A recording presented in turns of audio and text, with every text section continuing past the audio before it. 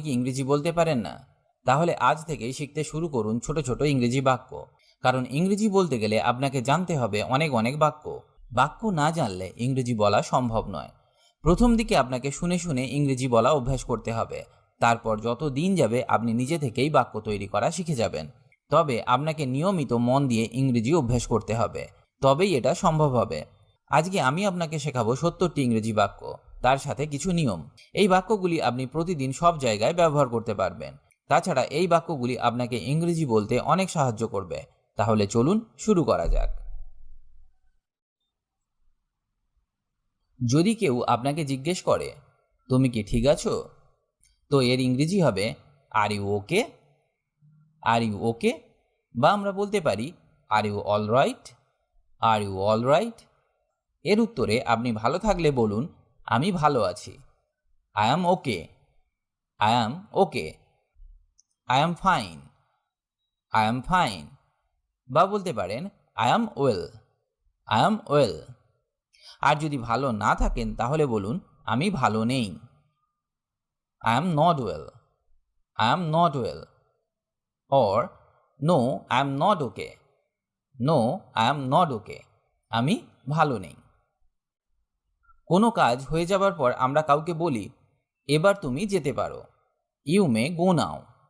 You may go now. বাক্যে আমরা মেকে ব্যবহার করি অনুমতি বা সম্ভাবনা অর্থে। কেউ কোনো কাজ ভুল করে ফেললে কিংবা এমন কিছু কাজ সে করে ফেলেছে যেটা আপনি আশা করেননি, তখন তাকে বলতে পারেন তুমি কি পাগল? Are you mad? Are you mad? অচেনা কাউকে দেখলে বলতে পারেন তুমি কে? হু are you? Who are you? ইংরেজি বলতে গেলে এই রকম অনেক বাক্য আমাদের ব্যবহার করতে হয়। চলুন এক এক করে শিখে নেওয়া যাক।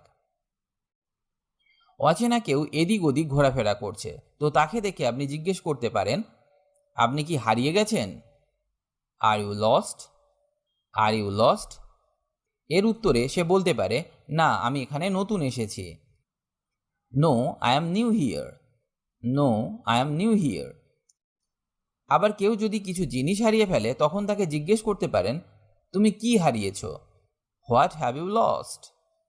What have you lost? এখানে কোনো জিনিস হারানোর কথা জিজ্ঞেস করা হচ্ছে। এর উত্তরে সে বলতে পারে আমি আমার মোবাইল হারিয়ে ফেলেছি। I lost my mobile. I lost my mobile. এবার পরের বাক্যটি শেখা যাক। তুমি কি আসতে পারবে? Can you come? Can you come? আমি তোমাকে বিশ্বাস করি। I trust you.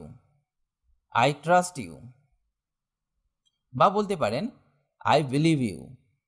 I believe you. তুমি কি নিশ্চিত? Are you sure? Are you sure? তুমি কি ধূমপান করো? Do you smoke? Do you smoke? তুমি কি তৈরি? Are you ready? Are you ready? আপনি কি ক্লান্ত? Are you tired? Are you tired? তুমি কোথায়? Where are you? Where are you? তোমাকে ব্যস্ত দেখাচ্ছে। You look busy. You look busy. তোমাকে অসুস্থ দেখাচ্ছে। You look sick. You look sick. তোমার যাওয়া উচিত। You should go. You should go. তুমি কি ক্ষুধার্ত? Are you hungry? Are you hungry? আমি কি আপনাকে সাহায্য করতে পারি? তো এর ইংরেজি হবে can I help you? Can I help you? বা আপনি বলতে পারেন may I help you? May I help you? এই তুমি কি আমার কথা শুনতে পাচ্ছ? Do you hear me? Do you hear me? আপনি কি আমাদের চেনেন? Do you know us? Do you know us? আপনি কি খেয়েছেন? Have you eaten? Have you eaten? এটা প্রেজেন্ট পারফেক্ট টেন্স, তাই এখানে হ্যাভকে অ্যাজ এ হেল্পিং ভার্ব ব্যবহার করা হয়েছে। তার সাথে ভার্বে থার্ড ফর্ম ইটেনকে বসানো হয়েছে। আমি কি আপনার সাথে যোগ দিতে পারি? May I join you? May I join you? এখানে অনুমতি চাওয়া হচ্ছে, তাই বাক্যে মেকে ব্যবহার করা হয়েছে। এখানে আমরা ক্যান দিয়েও বাক্যটি তৈরি করতে পারতাম। Can I join you, can I join you. একটু আগেই আমি বলেছি ক্যানের চেয়ে মে অনেক বেশি পোলাইট, তাই আমরা এইসব বাক্যের ক্ষেত্রে মেকে ব্যবহার করব।